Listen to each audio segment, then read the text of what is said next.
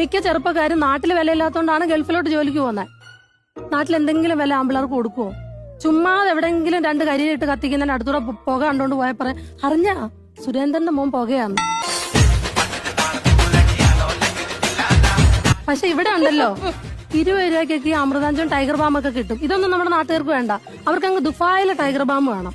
എനിക്കറിയത്തില്ല അത് തേകം അതിനകത്തിന് അറബിയെല്ലാം ഇറങ്ങി വരുമെന്ന്. കേരളത്തിൽ വീഴും ചേട്ടാ, +2ന്റെ വെക്കേഷനായ മാത്രമേ ഓർമ്മയുള്ളൂ. കെട്ടോട് കെട്ടാ. നിങ്ങൾക്കൊക്കെ ഒരു സിനിമ കിട്ടിക്കഴിഞ്ഞാലല്ലേ ഇന്റർവ്യൂ. +2നൊക്കെ പഠിക്കുമ്പോൾ പോയി കല്യാണം കഴിക്കണം. എല്ലാ ചാനലിലും ഇന്റർവ്യൂയോട് ഇന്റർവ്യൂ.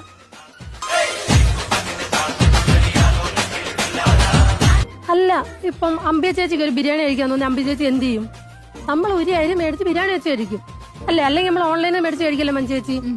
ചില വ്ളോഗർമാര് അമ്മമാരൊക്കെ കുഴിമന്തി കഴിക്കാൻ പോയേക്കെന്ന് മഞ്ചേച്ചി ദുബായിക്ക്. അതെന്താടാ ദുബായിലെ കുഴിമന്തി ഇങ്ങനെ അണ്ണാക്കി ചെന്ന് കസാര ഇട്ടിരുന്ന് സൊറയൊക്കെ പറഞ്ഞ് അതൊക്കെ ഇറങ്ങി പോവോ? ഈ പ്രസവം കഴിഞ്ഞൊരു പെണ്ണിനോടും പ്രവാസ ജീവിതം കഴിഞ്ഞൊരു പ്രവാസിയോടും എക്സ്പീരിയൻസ് ചോദിച്ചാൽ രണ്ടുപേരും പറയാം എന്റെ പൊന്നു തമ്പുരാനെ ഇനി ഞങ്ങൾ ഈ പണിക്കില്ലെന്ന്.